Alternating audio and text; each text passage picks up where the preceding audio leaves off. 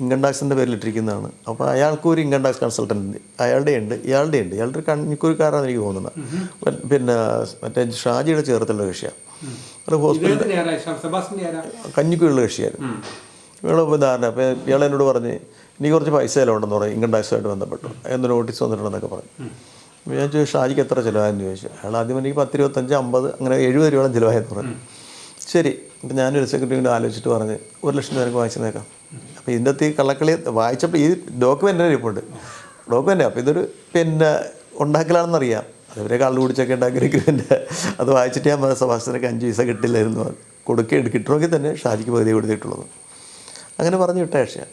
ഞങ്ങൾ സെറ്റ് ചെയ്ത് പോന്നു. പിന്നീട് പാർട്ടി ഹൗസ് വെച്ചൊരു പിന്നെ കൺസിലേഷൻ വിളിച്ചു. അപ്പോൾ ഈ 2 കൂട്ടരുടെയും കൺസൾട്ടൻറ്റിനെ പിന്നെ ഇൻകം ടാക്സ് കൺസൾട്ടൻറ്റിനെ വിളിച്ചു. അവരും വന്നു. അവർ വന്നാണ് ഞങ്ങൾ ധാരണ ഉണ്ടാക്കി. അപ്പോൾ ഇയാളുടെ ബ്രദറുണ്ട് ഷാജിയുടെ. അയാൾ പറഞ്ഞു 2 ലക്ഷം തന്നാലേ തീരുള്ളൂ. അപ്പോൾ നമ്മളൊരു തീരുമാനം എടുത്ത് പോന്നു കഴിയുമ്പോൾ അതിനൊരു പിന്നെ മാറ്റം വന്നു കഴിയുമ്പോൾ സ്വാഭാവികമായിട്ടും ഞാൻ പെട്ടെന്ന് ചൂടായി. ഞാൻ പെട്ടെന്ന് ഇറങ്ങിപ്പോന്നു, ശരിയാവില്ല എന്ന് പറഞ്ഞു. അപ്പോൾ ഇയാളും എൻ്റെ പറയാം സവാസിനും വന്നു, അയാളുടെ കൺസൾട്ടൻറ്റും കൂടി എൻ്റെ പറയാനായിട്ട് പിന്നെ നമുക്ക് സെറ്റിൽ ചെയ്യാം, 2 കൊടുക്കാമെന്ന് പറഞ്ഞു. അത് പാർട്ടി ഹൗസ് വെച്ച് 2 ലക്ഷം നൽകി സെറ്റിൽ ചെയ്ത് പോന്നു. പിന്നെ ഞാൻ ഇതായിട്ട് ബന്ധപ്പെട്ടില്ല. പിന്നെ അയാൾ ഒരു പിന്നെ 1-2 ആഴ്ച വീണ്ടും ഇയാൾ വന്നടിക്കുക.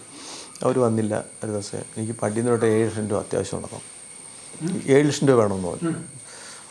ഞാൻ ചോദിച്ചു വന്നില്ല എന്ന് ചോദിച്ചു. അപ്പോൾ ഇയാളുടെ പ്രശ്നത്തിന് ഇയാൾ ഇങ്ങോട്ട് വന്നിട്ട് ഞാൻ പിന്നെ പെരക്കകത്ത് കയറാറില്ല, കയറല്ല വാദിക്കലേ ഇരിക്കാറുള്ളൂ. അപ്പോൾ ഞാൻ വാദിക്കുമ്പോഴത് ഞാനപ്പോൾ ഇയാളുടെ പ്രശ്നം വെച്ച് ഇയാളുടെ ബ്രദറിനെ വിളിച്ചു. ഇയാളുടെ ബ്രദർ തന്നെ പിന്നെ അപ്പോൾ നമ്മൾ എന്താ ബെന്നി ഷാജിയുടെ ഏട്ടാ ബെന്നി എന്താ നിങ്ങളെന്താ തീരുമാനമെടുത്ത് നടപ്പിലാക്കിയെന്ന് ചോദിച്ചു. അപ്പോൾ അയാളെന്തോ ഒരു ഉടവയ്പ് വർത്താനം പറഞ്ഞപ്പോൾ എന്തെങ്കിലും മോട്ടീവ് ഉണ്ടായിരിക്കും, കൂടുതൽ വേണമെന്നുള്ളതായിരിക്കും. അപ്പോൾ ഞാൻ പെട്ടെന്ന് പിന്നെ അയാൾ പാർട്ടിയുടെ ആയിരുന്നു, നമ്മൾ മോശമല്ലേ നമ്മൾ പിന്നെ സെറ്റിൽ ചെയ്തിട്ട് പിന്നെ മാറ്റുന്നതാണ്.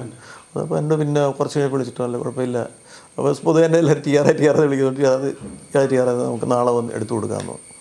അപ്പോൾ ഇയാൾ പിറ്റേ ദിവസം രാവിലെ സബാസ്റ്റ്യൻ പിന്നെ ഷാജി വിളിക്കുമെന്ന് എന്നോട് പറഞ്ഞു. ഷാജി വിളിച്ചിട്ട് പറഞ്ഞു അരിച്ചേട്ടൻ കൂടി വരണമെന്ന് പറയാൻ കൂട്ടത്തിൽ, നാളെ ഞാൻ വരാം, അരിച്ചേട്ടൻ ഉണ്ടാകും. നമ്മൾ എനിക്ക് തിരക്കുണ്ടല്ലോ, ഒരു പാർട്ടി പരമായിട്ടുണ്ട്, എനിക്ക് തിരക്കുണ്ട് ഷാജി, നിങ്ങൾ വിൽക്കുമെന്ന് പറഞ്ഞു. അല്ല ഞാൻ പിന്നെ അരിച്ചേട്ടൻ വന്നാലേ ഞങ്ങൾ പോകുള്ളൂ. ആ സഹോദരങ്ങളാണ്. അപ്പോൾ ഇവിടെ വന്ന് അയാൾ പിന്നെ പിറ്റേ ദിവസം എന്നോട് വരാൻ പറഞ്ഞു. ഈ കസിൻസ് കസിൻസാണ്. പിറ്റേ ദിവസം ഞാൻ സഭാഷ അവരാരും വരും, നീ എടുത്തോളാം പറഞ്ഞു. അപ്പോൾ ഇവനല്ല രാസിൽ വന്നാലേ ഞാൻ പോകുള്ളൂ, ഞാൻ കൂടി ചെന്നാലേ പോകുള്ളൂ. അപ്പോൾ ഇയാൾ രാവിലെ കാറുമായിട്ട് വന്നു. അപ്പോൾ ഞാൻ എനിക്ക് തിരക്കുണ്ടെന്ന് പറയാം. ഇയാളൊരു 10-10:30 കാറുമായിട്ട് വന്നു. അപ്പോൾ അവരോട് വിളിച്ചപ്പോൾ അവർ പുറപ്പെടുവാണെന്ന് പറഞ്ഞു. വയനാട് ചെന്ന് വാങ്ങി എസ്പീറ്റിലാണ്, എനിക്കറിയില്ല എവിടെയാണ് ഞങ്ങളുടെ കക്ഷ, ഞാൻ ആദ്യമായിട്ട് അവിടെ കയറുന്നത്. അപ്പോൾ ഇവർ 3 പേരും കൂടി മാനടിക്ക് കയറി. ഞാൻ റിസപ്ഷൻ ഇരുന്നു. സെറ്റിൽ അവർ പിന്നെ എൻ്റെ ക്ലോസ് ചെയ്തിട്ട് മൊത്തം പലിശ ഉൾപ്പെടെ 15 ലക്ഷം ആയിട്ടുണ്ട്. അത് ക്ലോസ് ചെയ്ത് 7 ലക്ഷം വിഡ്രോ ആയത്, ബാക്കി വരുന്ന എമൗണ്ട് വീണ്ടും 2 പേരുടെയും പേര് FD ആയിട്ടുള്ള റേറ്റ് അത് പൂരമാണ്. അപ്പോൾ അയാൾ പിന്നെ അയാളുടെ കാര്യം അനുഭവം അവരവരുടെ കാറിലും പോയി ഇട്ടിരിക്കുകയാണ്. കാര്യം ഇൻകം ടാക്സ് ആവശ്യം എന്ന് പറഞ്ഞാൽ ഇട്ടിരിക്കണമല്ല. കാര്യം പിന്നെ അതിൽ ഇല്ല, അതൊക്കെ സെറ്റിൽ ചെയ്തിട്ടുണ്ട് അവർ. അത് പിന്നീട് ഞാൻ അറിഞ്ഞു സെറ്റിൽ ചെയ്ത്. പിന്നെ എനിക്ക് വന്നേ ഇല്ല, പിന്നെ എനിക്ക് വന്നിട്ടില്ല. അത് സെറ്റിൽ ചെയ്ത് പിന്നീട് അറിഞ്ഞാൽ അത് വേറെ ആൾ. ഇയാൾ സെറ്റിലാക്കാൻ കക്ഷി ഇങ്ങനെ പറഞ്ഞാണ്. മറ്റേ കേസ് സെറ്റിലായിരുന്നു. ഷാജിക്ക് 2 ലക്ഷം കൊടുത്തു, അഡ്വക്കേറ്റ് ഫീസ് നിലയ്ക്ക്. ചേർത്തലുള്ള അഡ്വക്കേറ്റാണ്. 2 ലക്ഷം 15,000 രൂപ ഞാൻ അഡ്വക്കേറ്റ് ഫീസും വാങ്ങിച്ചു. അല്ലല്ല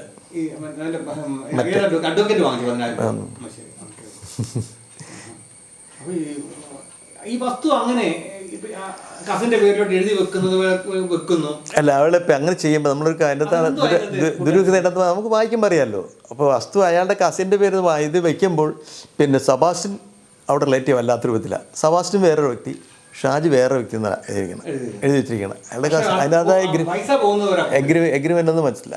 അതാണ് ഞാൻ പിന്നെ ഇത് അട്ടിമറിക്കപ്പെട്ടെന്ന് പറയാം. ഈ ഞാനിതുകൊണ്ട് പിന്നെ DSP ഓഫീസിൽ നിന്ന് നേരിട്ട് കൊടുക്കുമ്പോൾ പോലും അപ്പോൾ തന്നെ ഈ DSP പറഞ്ഞു വാരാണ്ട് വണ്ടി എടുത്തോളാൻ പറഞ്ഞിട്ട്, വണ്ടി എടുത്താൽ പറഞ്ഞു. അത്രയേ ഉള്ളൂ. സ്വാഭാവികമായിട്ട് അന്വേഷിക്കുമല്ല. 13 ലക്ഷം രൂപ ഇൻകം ടാക്സ് എന്ന് പറഞ്ഞാൽ പിന്നെ FD ഇട്ടിട്ടുണ്ടെങ്കിൽ ആ എഗ്രിമെൻ്റ് കോപ്പിയാണ് കൊടുത്തിരിക്കണം. ഇട്ടിട്ടുണ്ട്. തീർച്ചയായിട്ടും ഈ 13 ലക്ഷം രൂപയുടെ പിന്നെ ഇൻകം ടാക്സ് വേണമെങ്കിൽ അത്രയും എമൗണ്ട് ഇപ്പുറത്തുണ്ടാവണമല്ലോ. അത് ഏത് ബാങ്കിലെ അക്കൗണ്ടിലാണ്, അല്ലെങ്കിൽ ഇവർക്ക് ഇവിടുന്ന് ക്യാഷ് വന്നു, ഇതൊക്കെ അന്വേഷിക്കേണ്ട ബാധ്യതയുണ്ടല്ലോ. ഇതൊക്കെ വേണമല്ലോ. വസ്തു വിറ്റാണെന്ന് അതിനകത്ത് പറയുന്നുണ്ട് അവർ. എടപ്പള്ളി എന്താ പറഞ്ഞിരിക്കുന്നത്? എടപ്പള്ളി അതിനകത്ത് പറഞ്ഞിരിക്കുന്നത് എന്തില്ല അതിനകത്ത് പറഞ്ഞിട്ട് എടപ്പള്ളി കിടക്കുന്ന സർവേ നമ്പർ ഇതാ പറഞ്ഞിരിക്കുന്നത്. അതെ അതെ, വ്യാജമായിട്ട് അത് തെളിഞ്ഞ് അത് തന്നെ എടുത്തിരിക്കണം. അത് പിന്നീട് ക്രൈംബ്രാഞ്ച് പിന്നെ മരിച്ചതിന് ശേഷമാണ് ആയിരിക്കും. അല്ലെങ്കിൽ പിന്നെ സ്വാഭാവികമായിട്ടും ബിന്ദുവിൻ്റെ അടിക്കൽ അക്കൗണ്ട് പിന്നെ പൈസ കൊടുക്കണമല്ലോ. ബിന്ദുടിക്ക് പൈസ പോയിട്ടില്ല. ബിന്ദുവിന് പൈസ കൊടുത്തിട്ട് തീർച്ചയായിട്ടും ബിന്ദുവിൻ്റെ അക്കൗണ്ടിൽ കാണണമല്ലോ. ഇത്രയും വലിയ പിന്നെ കോടികൾ വിലമതിക്കുന്ന വസ്തുവാണ് ഈ സാധനം. ഇടപ്പള്ളി ഹൈവേസിലെല്ലാം കൊണ്ട് കിടക്കുന്നതാണ്. അപ്പോൾ സ്വാഭാവികമായിട്ടും അത്രയും വാല്യുള്ള വസ്തു വിറ്റ് അത്രയും എമൗണ്ട് ഒന്നിലും ബിന്ദുവിൻ്റെ അക്കൗണ്ടിൽ ഉണ്ടാവണമല്ലോ. ഇനിയിപ്പോൾ ഇവർ അതിൻ്റെ സ്വാഭാവികമായിട്ട് നമ്മുടെ നാട്ടിൻപുറത്തൊരു വസ്തു കച്ചവടത്തിന് എന്താ ചെയ്യുക? ഇപ്പോൾ എൻ്റെ ഈ വസ്തുവിന് 1 ലക്ഷം വാല്യൂ ഉണ്ടെങ്കിൽ പിന്നെ ഇത് സാധാരണ ഒരു നാട്ടടപ്പിന് ഉണ്ടെങ്കിൽ ഫെയർ വാല്യൂ സ്വാഭാവികമായിട്ടും രജിസ്ട്രേഷൻ കാണിക്കാറുള്ളൂ. അത്രയല്ലേ ഉള്ളൂ കാര്യം. ബാക്കി നികുതി വെട്ടിക്കുക എന്നുള്ള സ്വാഭാവികം നമ്മുടെ നാട്ടിൻപുറത്ത് നടക്കുന്ന കാര്യമില്ല. അപ്പം അതല്ലേ പറഞ്ഞത്. അപ്പം ഇതിനേക്കാൾ എത്ര ഇരട്ടിക്കായിരിക്കും വിറ്റിട്ടുള്ളത്. അപ്പോൾ ഈ പൈസ എവിടെയെന്നുള്ള അയാളുടെ ബാങ്ക് അക്കൗണ്ടുകൾ അന്ന് ഇപ്പം എന്നെ ഇത് പരിശോധിച്ചിട്ടെന്നുള്ളതാണ്. ഉണ്ടായിരുന്നെങ്കിൽ സ്വാഭാവികമായിട്ട് 13 ലക്ഷം രൂപ ഇൻകം ടാക്സിന് വേണ്ടിയിട്ടുണ്ടെങ്കിൽ എത്ര സ്വാഭാവികം അത് 30% ഇപ്പോഴും 30% അവർ തന്നു. ഇൻകം ടാക്സ് അല്ലേ സാധാരണ വരിക. അപ്പോൾ സ്വാഭാവികമായിട്ട് അത്രയും എമൗണ്ട് കാണുമല്ല. അത് എവിടെയെന്ന് അന്വേഷിക്കാൻ പോലീസിന് കഴിഞ്ഞാൽ എറണാകുളത്തെ വസ്തു ആർക്കാ കൊടുത്തിരിക്കുന്നത്? എറണാകുളത്തെ വസ്തു അതിനകത്ത് എന്താ പറഞ്ഞത് ഫോർജർ എന്ന് പറഞ്ഞാണല്ലോ ഇയാൾ ഒരു വ്യാജരേഖ ശ്രമിച്ചിട്ടുണ്ട്. അതായത് ബിന്ദു ഇയാൾക്ക് എനിക്ക് തോന്നണം അങ്ങനെയാണ് തോന്നുന്നത്. ബിന്ദു ഇയാൾക്ക് പവർ ഓഫ് അറ്റോർണി കൊടുത്തിട്ടുള്ളതായിട്ടുള്ളതാണ്. ആ വസ്തു ഇയാൾക്ക് കിട്ടിയ വസ്തു പവർ ഓഫ് അറ്റോർണി പ്രകാരം വെച്ചുകൊണ്ട് ഈ ഷാജി എന്നൊരു വ്യക്തിക്ക് കൊടുത്തിരിക്കുന്നത്. ഇയാളുടെ സഹോദരൻ എന്നല്ല പറഞ്ഞിരിക്കുന്നത്, ഷാജി എന്നൊരാൾക്ക് വിറ്റിരിക്കുന്നത്. ഷാജിക്ക് കൊടുത്തിട്ടുണ്ട്. അതിപ്പോൾ കോടതി അതിൻ്റെ അകത്ത് ഇടപെട്ട് ഇത് വ്യാജരേഖ ചമച്ചാണെന്ന് കണ്ടെത്തിയിട്ടുണ്ടല്ലോ. അപ്പോൾ വസ്തു എന്ത് ചെയ്യുന്നത് എനിക്ക് കൃത്യമായിട്ട് അറിയില്ല. പിന്നീട് ഇത് ക്രൈംബ്രാഞ്ച് എടുത്ത് കഴിഞ്ഞിട്ടാണ് ക്രൈംബ്രാഞ്ച് അന്വേഷണം വടക്കുറത്ത് വേണ്ടിയിട്ട് ഇങ്ങോട്ട് വരും. അപ്പോൾ ഞാൻ എൻ്റെ അടുത്ത് ബന്ധപ്പെട്ടെന്ന് പറഞ്ഞുകൊണ്ട് ഞാൻ ഇടുക്കി തന്നെ വന്നു. അപ്പോൾ എൻ്റെ അടുത്ത് അന്ന് കാര്യങ്ങളൊക്കെ ചോദിച്ചു. അപ്പോൾ ഈ കാര്യങ്ങളൊക്കെ പറഞ്ഞു. അപ്പോൾ പിന്നീട് പലപ്പോഴും ക്രൈംബ്രാഞ്ച് ഓഫീസിൽ തന്നെ വിളിക്കാറുണ്ട്. ഇപ്പം വരാറുണ്ടെന്നൊക്കെ ചോദിച്ചു, എന്തെങ്കിലും ക്ലൂ ഉണ്ടെന്നൊക്കെ വിളിച്ച് ചോദിക്കാറുണ്ട്. അപ്പോൾ ഞാൻ പറഞ്ഞു സാറേ ഇവിടെ നീ കാണാൻ പറ്റത്തില്ല, കാടാ വരുന്നുണ്ട് എനിക്ക് അറിയത്തില്ല എന്ന് പറഞ്ഞു. അപ്പോൾ പലപ്പോഴും വരുമ്പോൾ ഇവിടെ നിന്ന് പോലെ വരും, ചിലപ്പോൾ നാരങ്ങ കുടിച്ചിട്ട് ഒരു വർത്തമാനം പറഞ്ഞ് കാര്യങ്ങളൊക്കെ തെറ്റി പോകും. അത് അവരുടെ പോലീസ് തന്ത്രം. നമ്മൾക്ക് എപ്പോഴെങ്കിലും പലവട്ടം ചോദിച്ചാൽ എന്തെങ്കിലും ഉണ്ടാവുമെന്ന് അറിയാലോ. പക്ഷെ നമുക്ക് ആ ഒറ്റക്കാരി അറിയാവുള്ളൂ. എന്നോട് എന്തെങ്കിലും ക്ലൂ ഉണ്ടോ ഞാൻ പറഞ്ഞു ഇയാളുടെ ഒരു ഇയാളൊരു വാഹനത്തോട് ക്രേസുള്ള മനുഷ്യനായിരുന്നു തോന്നുന്നു. പല വാഹനങ്ങൾ എടുത്തിട്ടുണ്ട്. ഇയാളുടെക്ക് ഒരു ഇന്നോവ കാറുണ്ടായിരുന്നു ഇയാൾക്ക്. ആ ഇന്നോവ കാർ ചേർത്തുള്ള ഡോക്ടറുടെ കാറാണ്. ഒരു നല്ല പുതിയ ഇന്നോവ എന്ന് പറയാം. പുതിയ അവിടത്തെ ആ ഡോക്ടറെ കാറെടുത്ത് കഴിഞ്ഞപ്പോൾ അയാളുടെ കുട്ടി അനിടിപ്പിട്ട് മരിച്ചുപോയി. അപ്പോൾ ആൾ അങ്ങനെ ഇട്ടിരിക്കുകയായിരുന്നു. പിന്നീട് ഈ കാറ് ഈ സഭാഷണം എടുക്കുക. അത് ഇയാൾ എന്നോട് പറഞ്ഞിട്ടുള്ള ഇയാൾ കാറെടുത്തിട്ട് ഇപ്പോൾ ഒരിക്കൽ പറഞ്ഞ് ഓട്ടം എന്തെങ്കിലും പറഞ്ഞ ദിവസമായിട്ട് പറഞ്ഞത്. അപ്പോൾ എന്നോട് അന്നേരം ഞാൻ ചോദിച്ചു എവിടുന്ന കാറെടുത്തപ്പോൾ അത് ബംഗാർ ഡോക്ടറെ കാറാന്ന് പറഞ്ഞു. പുതിയ വണ്ടിയായിരുന്നു, നല്ല വണ്ടിയായിരുന്നു. അത് പിന്നീടാണ് ഇയാൾ കാശൊക്കെ ആയി കഴിഞ്ഞപ്പോഴാണ് പുതിയ വേറെ വണ്ടി എടുത്ത്. ഇതിനിടയ്ക്ക് ഏതോ ഒരു STM ഒക്കെ ഇവിടെ ഓടിച്ച് നടക്കാനുണ്ടെന്ന് തോന്നുന്നു. അതൊക്കെ ആരുടെയൊന്നും കയറിക്കില്ല. അപ്പോൾ അങ്ങനെ അതിന് ശേഷം ഇയാൾ ഒരു റിസ് വണ്ടിയാണെന്ന് എനിക്ക് തോന്നുന്നത്, ഒരു വെള്ള. ആ കാറിൽ ഞങ്ങൾ ഇയാളുടെ വിഷയം സെറ്റിൽ ചെയ്യാൻ പോയത്. പക്ഷേ ഞാൻ ആദ്യം അതിൽ കാർ കയറുന്നതെന്ന് പറഞ്ഞാൽ ഇയാളുടെ വടക്കുറത്ത് ഇയാളുടെ ഇൻകം ടാക്സ് കൺസൾട്ടൻറ്റിനെ കാണാൻ വേണ്ടിയാണ്. അപ്പോൾ എന്തുമാത്രം ടാക്സ് ആകും ഇയാളുടെ അല്ല ഷാജിയുടെ. അപ്പോൾ അതിനകത്ത് എന്തുമാത്രം ടാക്സ് ആകുമെന്നൊക്കെ ഒരു ധാരണ വേണമല്ല. എന്നിട്ട് വേണം അത് ബാക്കി എടുക്കാൻ വേണ്ടിയാണ്. അപ്പോൾ ഇയാൾ എന്നെ വടക്കുറത്തുനിന്ന് വിളിച്ചപ്പോൾ ഒരു ദിവസം അവിടെ പോകാം. ഞാൻ പറഞ്ഞു വരത്തില്ല എന്ന് പറഞ്ഞു. അതെന്താണെന്ന് ചോദിച്ചു. ഇപ്പോൾ എനിക്ക് വരാൻ പറ്റത്തില്ല. ഇപ്പോൾ വീണ്ടും അതെന്താ ദിവസം അങ്ങനെ ഞാൻ പറഞ്ഞു നീ ഇപ്പോൾ കള്ളു കുടിച്ചിട്ടായിരിക്കണം. ഈ അതിരാവിലെ തന്നെ ഒരു 6:30 അതിരാവിലെ തന്നെ വിളിച്ചു. അത് കുടിക്കും. അപ്പോൾ ഇവന് സംസാരം കേട്ടപ്പോൾ എനിക്ക് മനസ്സിലായി. അപ്പോൾ ഞാൻ അവൻ്റെ അടുക്കലങ്ങനെ നിൽക്കുന്ന പോലെ അല്ല ഹരിദാസ് ഇവിടെ നിൽപ്പുണ്ടെന്ന് ചോദിച്ചു. ഞാൻ എൻ്റെ വീട്ടിലുണ്ട്. അല്ല പിന്നെ ഞാൻ അങ്ങനെ മനസ്സിലായി. ഞാൻ ഇവിടെ ഓരോരുത്തരുടെ വർത്തമാനം കേട്ടറിയാം. നീ കള്ളു കുടിച്ചിട്ടായിരിക്കണം. ഞാൻ വരത്തില്ലാന്ന് പറഞ്ഞു. അപ്പോൾ എന്നോട് പറഞ്ഞ് ഞാൻ ഇപ്പോൾ വരാമെന്ന് പറഞ്ഞ് 10 മിനിറ്റിൽ വരാമെന്ന് പറഞ്ഞ് പോയി. തവണക്കടയിൽ നിന്നൊരു ഡ്രൈവറെ കയറ്റി വന്നു. അപ്പോൾ എന്നെ വിളിച്ചു കയറി. ഞങ്ങൾ ഈ പടിഞ്ഞാപ്പത്തൊരു അമ്പലമുണ്ട്, ഇൻഫോ പാർക്കിൻ്റെ എൻ്റെ ഒരു ക്ഷേത്രം നിൽപ്പുണ്ട്, കുടുംബക്ഷേത്രമാണ്. അതിൻ്റെ ഭാഗ്യം പെട്ടെന്നൊരു കാൾ വന്നു. ഇവൻ്റെ അന്നൊരു കീപാഡ് ഫോണാണല്ലേ, അത് ഈ ലൗഡ് സ്പീക്കർ മോഡിലായി എപ്പോഴും കിടക്കണ ഫോൺ. അപ്പോൾ ഇവൻ കള്ളു കുടിച്ചിട്ടുള്ളൂ. എനിക്ക് ഞാൻ ആ ഒരു മണം എടുക്കാത്തളാണ്. അപ്പോൾ ഇവൻ ഫ്രണ്ടിൽ നിന്നപ്പോൾ സബാസ്റ്റ്യൻ നീ പുറയിരിക്കും. ഞാൻ ഫ്രണ്ടിൽ നിന്നാണ് പുറകിൽ പെട്ടെന്ന് തന്നെ ഡ്രൈവറുടെ കാർ ഒതുക്കുന്നു പറഞ്ഞു. കാർ ഒതുക്കാൻ സംസാരിച്ചു. അപ്പോൾ ഇവൻ പറഞ്ഞാൽ കേൾക്കാം. അപ്പോൾ ഇവൻ്റെ വണ്ടി ആക്സിഡൻ്റ് ആയിട്ടുണ്ട്. അപ്പോൾ വണ്ടി ആക്സിഡൻ്റ് ആയ കാര്യമൊക്കെ പറയുന്നത്. അപ്പോൾ ഇവൻ അവരോട് യാതൊന്നും തിരിച്ചൊന്നും പറയുന്നില്ല. എന്നൊക്കെ വയ്ക്കുന്നുണ്ട്. അവനത് സ്വിച്ച് ഓഫ് ആക്കിയിട്ട് തെറി പറഞ്ഞുകൊണ്ട് ഇനി അതിൻ്റെയും കാശ് ഞാൻ മുടക്കണമെന്ന് പറഞ്ഞു.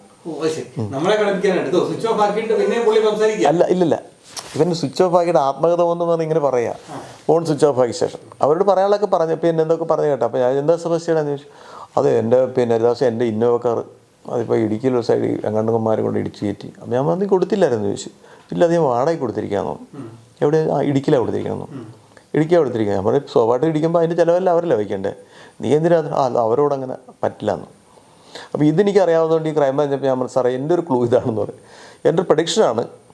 സ്വാഭാവികമായിട്ട് ഇവന് അകലങ്ങളിലൊക്കെ നല്ല ബന്ധങ്ങളുണ്ടെന്ന് പറയും. അപ്പോൾ ക്രൈം ഓഫീസറോട് പറഞ്ഞു ഇല്ല രസം അവന് അങ്ങനെ അധികം ബന്ധങ്ങളൊന്നുമില്ല, പക്ഷേ അവന് നല്ല ബന്ധങ്ങളുണ്ട്.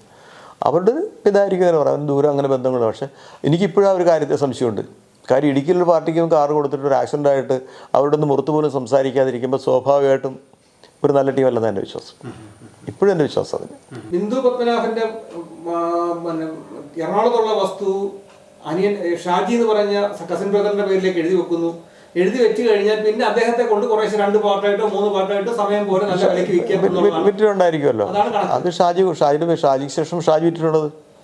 ഷാജി അത് സ്വാഭാവികമായിട്ടും ബാക്കി ആശി കിട്ടണ്ടേ. ഷാജി പിന്നെ പൈസ ഒന്നുമില്ല, അയാൾ വലിയ സമ്പന്നൊന്നുമല്ല.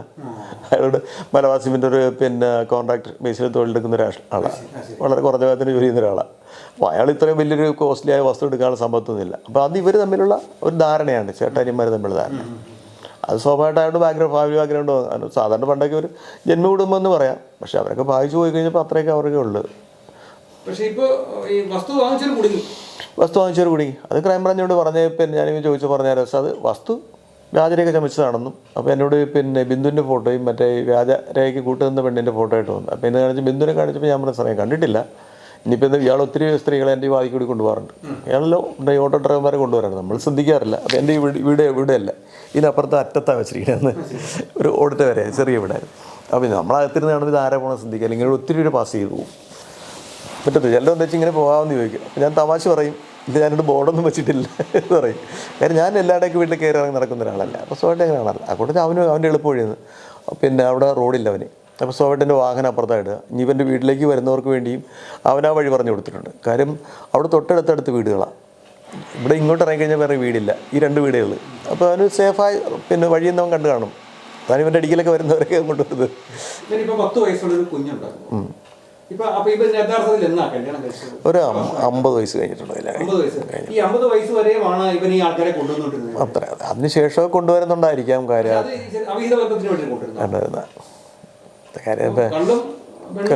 വെള്ളമുണ്ട്. കാര്യം എന്ന് പറഞ്ഞാൽ ലാസ്റ്റ് നവംബറിലാണോ ജനുവരിലാണോ എന്നറിയില്ല. പിന്നെ കോർട്ട് ഓർഡർ പ്രകാരം ക്രൈംബ്രാഞ്ച് കഴിഞ്ഞ നവംബറിലാണെന്ന് എനിക്കത് ഈ വർഷം നവംബറിലാണെന്ന് എൻ്റെ ഒരു ഓർമ്മ. ഇയാളുടെ അനിയനും ഇവിടെ ഉണ്ടായിരുന്നു. അനിയൻ വന്നു കഴിഞ്ഞാൽ പിന്നെ ഇയാൾ വരത്തില്ല. അനിയനും ഇയാളും തമ്മിൽ നല്ല ടൈംസ് അല്ല. അപ്പോൾ അനിയൻ ഇവിടെ ഉണ്ടെങ്കിൽ അനിയൻ ഒറ്റയ്ക്കൊന്നും താമസിക്കും. അനിയൻ്റെ ഭാര്യ വിദേശ സ്വിറ്റ്സർലൻഡാണ്. അനിയനും അവിടെയായിരുന്നു. അയാൾ എക്സൈസിലെ പിന്നെ ജീവനക്കാരനായിരുന്നു. അയാളടുത്ത് പെൻഷനായിപ്പോൾ. അപ്പോൾ ഇയാൾ ലോങ് ലീവ് എടുത്ത് വൈഫിൻ്റെ കൂടെ ആയിരുന്നു. പിന്നീട് ലീവിന് വരുമ്പോഴൊക്കെ ഇവിടെ താമസിക്കും. അപ്പോൾ സമസ്യം വരത്തില്ല. അല്ലെങ്കിൽ കഴിഞ്ഞ നവംബർ വരെ ഉണ്ടായിരുന്നു. അപ്പോൾ ഒരിക്കൽ ചായ കുടിക്കാൻ ഇനി ഇങ്ങനെ പോകുമ്പോൾ ഞാൻ ചോദിച്ചു നിങ്ങൾ അവൻ്റെ പോകുന്ന അനിയനുണ്ടായിരുന്നു. അപ്പോൾ ഫാമിലി ഒന്നുമില്ല, അനിയൻ ഒറ്റയ്ക്കൊന്നും താമസിക്കില്ല. അത് ഇതുപോലെ കള്ളുപിടിക്കുന്ന വിഷയമാണ്. അപ്പോൾ ഇങ്ങനെ പോയപ്പോൾ എന്നാ പോകുന്നത്, ഞാൻ നവംബർ 4 ചെല്ലു എന്നോട് ഞാനപ്പോൾ കൃത്യമായിട്ട് ഓർക്കുന്നില്ല. അപ്പോൾ ഇയാൾ പോയതിൻ്റെ പിറ്റേ ദിവസം തന്നെ ഇവിടെ വന്നു. ഇയാൾ സെബാസ്റ്റ്യൻ പോയ കറക്റ്റ് ഇവർക്ക് അറിയാം. കമ്പനി പെങ്ങന്മാരുമായിട്ടൊക്കെ ഇയാൾ കോൺടാക്ട് ചെയ്യും. അനിയൻ പോകുന്ന ദിവസം പെങ്ങന്മാരോട് ചോദിക്കുമ്പോൾ അറിയാൻ പറ്റുമല്ല. പിറ്റേ ദിവസം തന്നെ ഇയാൾ ഇവിടെ വന്നിരുന്നിട്ട് അന്ന് എന്ത് ഭയങ്കര ആഘോഷമായിരുന്നു. ഇവിടെയൊക്കെ മദ്യപാനമൊക്കെ ഉണ്ടായിരുന്നു. അപ്പുറത്തെ പിന്നെ ഇയാളുടെ ഒരു ബ്രദർ അപ്പുറത്ത് താമസിക്കണം, അയാൾ ചിറ്റപ്പനവൻ. അയാളുടെ ഭാര്യ ഇങ്ങോട്ട് വന്നിട്ട് ചേട്ടാ ഇന്നലെ അവിടെ ഭയങ്കര ആഘോഷമായത് പറയും. നമ്മളതിൽ കാര്യം അയാളുടെ വീടല്ലേ, അയാൾക്ക് എന്താ ആഘോഷം നടത്താനൊക്കെ ആവശ്യമുണ്ടല്ലോ. അതിന് ഒരു ദിവസം 2 ദിവസം കഴിഞ്ഞപ്പോഴാണ് ക്രൈംബ്രാഞ്ചിൽ നിന്ന് കോർട്ട് ഓർഡർ പ്രകാരം ഇതിന് വരുന്നത്, പിന്നെ സെർച്ചിന് വരുന്നു എൻ്റെ വീടിന്. ഇത്രയും ദീർഘമായ കാലം കഴിഞ്ഞിട്ട് ശാസ്ത്രീയമായൊരു അന്വേഷണമോ ശാസ്ത്രീയമായ തെളിവെടുപ്പോ ഒന്നിരിക്കലും നടന്നിട്ടില്ലെന്നുള്ള. ആദ്യമായിട്ട് വരുന്നത് ഈ ക്രൈംബ്രാഞ്ചിൽ വീട് സെർച്ച് ചെയ്യാൻ ഓർഡറായിട്ട് വരിക. ഞാൻ ഈ വാദികരിക്കുമ്പോൾ ഇപ്പം നിങ്ങൾ വരുമ്പോൾ ഇതുപോലെ കോച്ച് കിടക്കുമ്പോഴാണ് 2 ഓഫീസേഴ്സ് അവർ സ്ഥിരം വരുന്ന കമ്പനിയുടെ പിന്നെ ലേഡിയുണ്ട്, പിന്നെ ഒരു പുരുഷനുണ്ട്. അപ്പോൾ എന്ന് വെച്ചാൽ ദിവസം ഒന്ന് അങ്ങോട്ട് വന്നു, സവാസി വീട്ടിലേക്ക് വന്നു. അപ്പോൾ ഞാൻ എൻ്റെ സാർ എന്നെ ഒഴിക്കുന്നത്. അപ്പോൾ അതല്ല രസം, ഞങ്ങളിത് സെർച്ച് ചെയ്യുന്നുണ്ട്.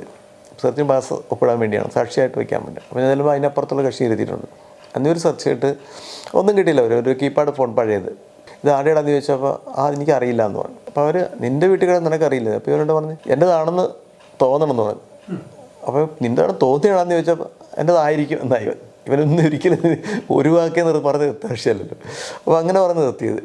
അത് കഴിഞ്ഞപ്പോൾ എൻ്റെ ഡൈനിങ് ടേബിളിൽ ഒരു കോണ്ടം കിടക്കുന്നത് ഉപയോഗിക്കാത്ത. അപ്പോൾ വന്ന ഓഫീസിൽ 2 ദിവസം കൊണ്ടുവന്നിട്ടുണ്ടായിരിക്കും. അതാണ് ആഘോഷം എന്ന് പറഞ്ഞത്. അപ്പോൾ പിന്നെ ഓഫീസർ ചോദിച്ചു നീ ഇപ്പോഴും നിർത്താറായില്ലേടാന്ന് ചോദിച്ചു. പക്ഷേ അതിനെല്ലാം ഇവൻ എപ്പോഴും നിസ്സംഗനായി നിൽക്കുള്ളതെന്നുള്ള എൻ്റെ പ്രത്യേകത. ചോദിച്ചു കഴിഞ്ഞാൽ പ്രത്യേകതയൊന്നുമില്ല. അങ്ങനെയൊക്കെ അതാണ് ലാസ്റ്റ് നല്ലൊരു പിന്നെ എൻ്റെ ഒരു തെളിവെടുപ്പ് നിലയ്ക്ക് എനിക്ക് തോന്നിട്ട് തന്നേ ഉള്ളൂ. ഈ ആദ്യത്തെ ഫസ്റ്റ് ഇൻവെസ്റ്റിഗേഷൻ ടീം വന്നാലും അവർ വണ്ടി വരുന്നവന് മുറ്റത്ത് നടന്നിട്ട് ആ പറമ്പിലൊക്കെ ഒന്ന് നോക്കിയിട്ട് അവരങ്ങ് പോയി. അതായത് ഇവനെ തെളിവുകൾ നശിപ്പിക്കാനും ഒക്കെ സോ അതിലേ ഞാൻ പറഞ്ഞു ഞാനിത് കൊടുക്കുമ്പോൾ ഈ 13 ലക്ഷം ഇൻകം ടാക്സ് എന്ന് പറഞ്ഞ് എൻ്റെ അടുത്ത് പറഞ്ഞിരിക്കുമ്പോൾ തന്നെ ബാക്കി എന്തോരം വേണ്ട ഇനി പോട്ടെ 30% 50 lakhs കാണുമല്ല. അതെങ്കിലും എവിടെയെന്ന് അന്വേഷിക്കണമല്ലേ. ഇപ്പോൾ 30% ഇൻകം ടാക്സ് കൊടുക്കണമെങ്കിൽ 50 ലക്ഷം കണക്ക് കൂട്ടിക്കുക, 15 ലക്ഷം കൂട്ടിക്കുള്ളൂ, അത് 12 ലക്ഷം കൂട്ടിക്കുള്ളൂ. അതെങ്കിലും ഇത്രയും സോഴ്സ് എവിടെയുണ്ടെന്ന് ബാങ്കിലുണ്ടോ, ഇവൻ്റെ കയ്യിലായിട്ട് വെച്ച സാധനം അത്രയും വേണം കൈ വെച്ച് സൂക്ഷിക്കാനായിട്ട് നമ്മുടെ നിയമം അനുശാസിക്കുന്നൊരു കാശാണ്. അപ്പോൾ ഏതെങ്കിലും ബാങ്കിലായിരിക്കണമല്ലോ, അതുപോലെ അന്വേഷിക്കില്ല എന്നുള്ള. ഇപ്പൊ ശരിയായിട്ട് ഇപ്പൊ അക്കൗണ്ടിൽ 1 കോടിയും എടുത്തതും പിന്നെ 40 ലക്ഷം മാത്രമേ ഉള്ളൂല്ലോ. ബാക്കി ഇവൻ ഇപ്പോഴും ഒരു ഹാൻഡ് ബാഗ് കൊണ്ടു നടക്കാം, ഒരു ബിഗ് ഷോപ്പർ കൊണ്ടു നടക്കാം. അങ്ങനെയൊന്നുമില്ല. അയാൾ ചിലപ്പോൾ പ്ലാസ്റ്റിക് പിന്നെ കാരി ബാഗായിട്ടൊക്കെ വരുന്നേ കേട്ടുള്ളൂ. നമുക്ക് പൈസ അതൊക്കെ ഇങ്ങനെ ഈ കഴിഞ്ഞ ദിവസം ഇവർ മറ്റേ ന്യൂസ് സെറ്റിംഗുകാർ പോലെ ഇമേജോട് ഒരു ന്യൂസ് ഇട്ടല്ല. അപ്പോൾ അവരെന്നെ അതിനെ ഡിബേറ്റിന് വിളിച്ചിരുന്നു. അപ്പോൾ അതിന് മുമ്പ് ഞാൻ പങ്കെടുത്താൻ എൻ്റെ ചാനലിൽ പങ്കെടുത്ത ഡിബേറ്റ്. ഞാൻ പറഞ്ഞു സോറി, എന്നെ ഒഴിവാക്കണമെന്ന് പറഞ്ഞു. അതിൻ്റെ അപ്പം 10 മുതൽ 15 ഡിബേറ്റിൽ പങ്കെടുക്കാൻ പറഞ്ഞു. അവരോട് പറഞ്ഞ് ഞാൻ പിന്നെ ചേട്ടൻ സൂമിലിരുന്നാൽ പറഞ്ഞു. ഞാൻ പറഞ്ഞു ഇല്ല. ഞാൻ പറഞ്ഞു സോറി, കാര്യം അവരുടെ റിലേറ്റീവ്സൊക്കെ അയൽവക്കത്ത് കാര്യം അവിടെ. അപ്പോൾ അതിന് മുമ്പ് ചർച്ച പങ്കെടുത്തപ്പോൾ ഇയാളുടെ ഒരു ബാല്യത്തെക്കുറിച്ച് ചോദിച്ചപ്പോൾ അല്ല ക്രിമിനൽ മെൻറ്റാലിറ്റി കൊണ്ട് അതിനെക്കുറിച്ച് കഥ എനിക്കറിയാവുന്നത് ആ വീട്ടിലെ അമ്മച്ചി തന്നെ എന്നോട് പറഞ്ഞിട്ടുള്ളത്. എൻ്റെ വീട് വാങ്ങിക്കരുത് പലവട്ടം പറഞ്ഞിട്ടുള്ള കേസാണ്. അവൻ്റെ 10-17 വയസ്സാണ്. ഞാനത് അവരോട് പറഞ്ഞു. അപ്പോൾ അതവരുടെ കുടുംബത്തിന് ചീത്തപ്പേരുണ്ടാക്കിയെന്ന രൂപത്തിൽ അവരെൻ്റെ ഇടയ്ക്ക് പറഞ്ഞു, ഒരു പ്രതിഷേധം പോലെ പറഞ്ഞു. ഇവരുടെ ഈ അപ്പുറത്ത് കുടുംബക്കാരൻ റോസമ്മല്ല, ഇതിനപ്പുറത്ത് താമസിക്കുന്നവർ. അപ്പോൾ ഇങ്ങനെ പറഞ്ഞാൽ ഇപ്പോൾ അപ്പുറത്ത് താമസിക്കുന്ന ദിവസം അതൊന്നും പറഞ്ഞാൽ ഞങ്ങളുടെ കുടുംബത്തിന് മോശപ്പേരുണ്ടാക്കുന്നതാണ്, അതുകൊണ്ട് അങ്ങനെയൊന്നും പറയരുതെന്ന് പറയാം. അപ്പം ഞാൻ എൻ്റെ ഒഴിവാക്കിയേക്കെന്ന് പറഞ്ഞു കാര്യം. ഇയാളുടെ പിന്നെ ഇടയ്ക്ക് ബിന്ദുവിൻ്റെ വിഷയം ഉണ്ടായപ്പോൾ തന്നെ അവർ പിന്നെ ഇങ്ങനെ ഒരു ഓൺലൈനിലൊക്കെ ഇങ്ങനെ വന്നിട്ടുണ്ട്. അപ്പോൾ ഞാനിത് വായിച്ചിട്ട് ഇവൻ ഇങ്ങനോട് ഞാനിതുപോലെ വാദിക്കരിക്കുമ്പോൾ ഒരു രസവശ ഇവിടെ ഇങ്ങനെ വാർത്ത കേൾക്കുന്നല്ലടാ നേരാണെന്ന് ചോദിച്ചു. അപ്പോൾ പിന്നെ എനിക്ക് ഹരിദാസ് ഞാനെങ്ങനെ ചോദിച്ചില്ല, ആൾക്കാർക്ക് വെറുതെ പറയുന്നതാണെന്നോ. ഇവനിപ്പോഴും പിടി കൊടുക്കുന്നില്ലല്ലോ. ഇപ്പോഴും പിന്നെ ജയനമ്മയുടെ ഫോൺ എവിടെയെന്ന് ചോദിച്ചാൽ പറയുന്നില്ലല്ലോ. ക്രൈംബ്രാഞ്ചോട് ഞാൻ തുറന്നു പറഞ്ഞിട്ടുണ്ട്. പക്ഷേ അതിനുശേഷം ഹരിചരനോടൊരു വിരോധം തോന്നിയിരുന്നോ സെബാസ്റ്റ്യൻ? അതിനുശേഷം എൻ്റെ അയാൾ മിണ്ടാറില്ല. ആ സംഭവത്തിന് ശേഷം മിണ്ടാറില്ല. പിന്നെ ലാസ്റ്റ് ഇയാളായിട്ട് സംസാരിക്കുന്ന കഴിഞ്ഞാൽ അയാൾ ഏപ്രിൽ ഈ റോഡ് ഇങ്ങോട്ട് റോഡിട്ടുണ്ടല്ലോ, ഞങ്ങൾ പ്രൈവറ്റായിട്ടതാണ്. ഞങ്ങൾ 4-5 വീട്ടുകാരോട് ഫണ്ടുണ്ടാക്കി സ്ഥലം വാങ്ങിച്ചിട്ടതാണ്. അപ്പോൾ ഞങ്ങൾ ഇങ്ങോട്ട് വരുമ്പോൾ ഞങ്ങൾ നടവഴി ഉണ്ടായിരുന്നു അയാളുടെ അതിരിന്. അപ്പോൾ നടവഴിയിൽ കയറ്റിയിട്ട് അപ്പോൾ ഇയാളാരും ഇൻഫോം ചെയ്യുന്നുണ്ടായിരിക്കും കൃത്യമായിട്ട്. അയാളപ്പം തന്നെ അവിടെ ഓൺ സ്പോട്ടിലെത്തിയിട്ട് അവിടെ ഇടാനൊക്കില്ല, എൻ്റെ വഴിയിലേക്ക് എൻ്റെ പുരയിടത്തിൽ കയറ്റിയാണ്. അപ്പോൾ ഞാൻ ഇയാളുടെ പെട്ടെന്ന് നീ നിൻ്റെ പണി നോക്കുമെന്ന് പറഞ്ഞു. ഞാൻ ചെയ്യാവുന്ന ചെയ്തു അന്നേരം ഞാൻ കണ്ടോളാം എന്ന് പറഞ്ഞു. അത് തർക്കമുണ്ടായി. ഇയാൾ പോയി വൈകിട്ട് പഞ്ചായത്ത് മെമ്പർ വിളിച്ചുകൊണ്ട് വന്നു. പഞ്ചായത്ത് മെമ്പർ വിളിച്ചുകൊണ്ട് വന്നപ്പോൾ ഞാൻ നിലപാട് സ്വീകരിച്ചു. അപ്പോൾ പഞ്ചായത്ത് മെമ്പർ എൻ്റെ സ്വാശ്രയ ചേട്ടാ അത് അവിടെ നടവഴിയല്ലേ, അതിന് ചേട്ടൻ പ്രശ്നം ഉണ്ടാക്കണം. അപ്പോൾ ഞാൻ സ്വാശ്രയ പിന്നെ ആർക്കായാലും ഞങ്ങൾ കാശ് മുടക്കി നിനക്കതിനകത്ത് 5 ദിവസം മുടക്കില്ലല്ലോ, ഇട്ടാലും നിനക്കല്ലേ അതിന് ഗുണം കൊള്ളുക. ഒരറ്റം വരെ നിൻ്റെ സ്ഥലമാണ് കിടക്കുന്നത്. അപ്പോൾ സ്വാഭാവികം നാളെ ഇത് ചാർക്ക് കിട്ടിയാലും വാല്യൂ കൂടിയല്ലേ എന്ന് ചോദിച്ചു. അതുകൊണ്ട് കാര്യമായിട്ട് ഞാൻ പറയാം. അപ്പം നീ എന്ത് ചെയ്താലും ഞങ്ങൾ റോഡ് ഇടുമെന്ന് പറഞ്ഞു. ഇട്ട് കഴിഞ്ഞു ഞങ്ങൾ ഇട്ടുമെന്ന് പറഞ്ഞു. അത് പെട്ടെന്ന് പിന്നെ പോയിട്ട് തിരിച്ചു വന്നിട്ടുണ്ട്. പറഞ്ഞാൽ ഹരിദാസ് ഞാൻ എന്തെങ്കിലും പറഞ്ഞിട്ട് ക്ഷമിച്ചേക്കെന്ന് പറഞ്ഞു പോയി. അല്ല പുള്ളിക്ക് ഈ ആൾക്കാരെ എഗനസ്റ്റ് ആകാതിരിക്കാൻ അയൽവക്കക്കാരെയൊക്കെ നിർത്തേണ്ടടുത്ത് നിർത്താനും ചേട്ടൻ്റെ കോഴിയെ ഒക്കെ വീട് കത്തിക്കുകയും ഒക്കെ ചെയ്തതിന് ശേഷം ചേട്ടനോട് തന്നെ വന്ന് അത് ഞങ്ങളാണ് ചെയ്തത് കേട്ടോ, ആ കോഴിയൊക്കെ ഞങ്ങളാണ് മുട്ടിച്ചിട്ട് പോയത് എന്ന് പറഞ്ഞ് ആ ഒരു അദ്ദേഹത്തെ കൂടെ നിർത്തി ഒരു ശത്രുവിനെ ഉണ്ടാക്കാതെ നിർത്താനും പുള്ളിക്ക് കഴിഞ്ഞു എന്നുള്ളതാണ്. നിങ്ങളെ ഒന്ന് ശത്രുക്കളാക്കാതെ നിർത്താൻ കഴിവുണ്ടോ? അങ്ങനെ എന്നോട് ഞാൻ കുമ്പസാരം പോലെ പറഞ്ഞതാണ്. നമുക്കതിൽ യാതൊരു അവർ വെറുപ്പേര് കാണിച്ചില്ല. അതൊക്കെ ഞാൻ നേരത്തെ പറഞ്ഞില്ലേ, ഒരു പൊളിറ്റിക്കൽ കാശുണ്ട്, സ്വാഭാവികമായിട്ടുണ്ടാകുന്ന കാര്യങ്ങളാണ്. അപ്പോൾ അവർ കൂട്ടത്തോടെ ചെയ്തിട്ടുള്ളതായിരിക്കും. അപ്പോൾ നമ്മൾ അയാളെ മാത്രം കുറ്റപ്പെടുത്ത ശരിയല്ലല്ലോ. അപ്പോൾ ഇതാണ് ആള്. അപ്പം ഇതിൻ്റെ കൂടുതൽ വിവരങ്ങൾ തെളിയട്ടെ. ഇനിയും തീർച്ചയായിട്ടും പോലീസ് കണ്ടെത്തിയിരിക്കുന്ന ഈ 4 മരണം അത് മനോജിൻ്റെ ഉൾപ്പെടെയുള്ള 4 മരണം മാത്രമായിരിക്കത്തില്ല. അതിനും മുകളിലുള്ള മരണങ്ങൾ ഉണ്ടാകാനുള്ള സാധ്യതകളുണ്ട്. ഇനിയും പലതും പൊങ്ങി വരാനുണ്ട് എന്നാണ് കരുതേണ്ടി വരുന്നത്. എന്തായാലും ഇതിൻ്റെ സ്ട്രോങ് ആയിട്ട് അയൽവാസികളുടെ കൂടെയുണ്ട്, അതേപോലെ തന്നെ ഹരിച്ചേട്ടൻ്റെ കൂടെയുണ്ട്. അപ്പോൾ ഇനി അതിൻ്റെ കൂടുതൽ ഡീറ്റെയിൽസുമായിട്ട് എത്തുമ്പോൾ നമുക്ക് ഹരിച്ചേട്ടനോട് വീണ്ടും നമുക്ക് ചർച്ച നടത്താം. അതുവരെ നന്ദി, നമസ്കാരം. കൂടുതൽ വാർത്തകളും വിശേഷങ്ങളും നിങ്ങൾക്ക് ലഭിക്കാൻ കേരളീയം ന്യൂസ് സബ്സ്ക്രൈബ് ചെയ്യുക. കൂടെ ബെൽ ബട്ടണും അമർത്തുക.